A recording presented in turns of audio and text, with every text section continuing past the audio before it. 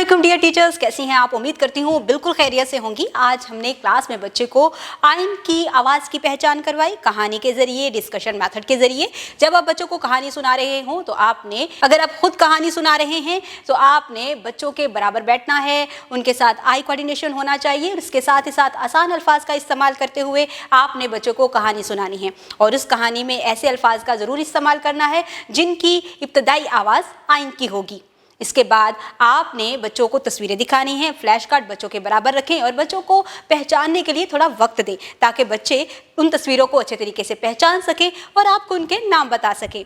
आइन की शक्ल की पहचान करवाएं, नाम की पहचान करवाएं और लिखाई से पहले प्री राइटिंग एक्टिविटीज़ ज़रूर करवाएं जिसमें आप हवा में लिखने की प्रैक्टिस करवाएंगे, मेज़ पर लिखने की प्रैक्टिस करवाएंगे, रेत पर लिखने की प्रैक्टिस करवाएंगे और अपने हाथ पर बच्चे को लिखने की प्रैक्टिस करवाएंगे ताकि बच्चे प्री राइटिंग एक्टिविटीज़ के ज़रिए फॉर्मेशन को अच्छे तरीके से समझ सकें और फिर जब वो नुक्तों के ऊपर लिखने के काबिल हो जाए तो उनको क्लास वर्क करवाएं।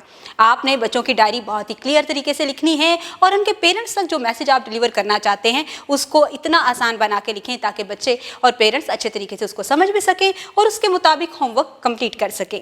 उम्मीद करती हूँ आपने आज की इस वीडियो से बहुत कुछ सीखा होगा। मज़ीद सीखने और जानने के लिए हमारे साथ रहिएगा। मिलते हैं अगली वीडियो में, तब तक के लिए अल्लाह हाफिज़।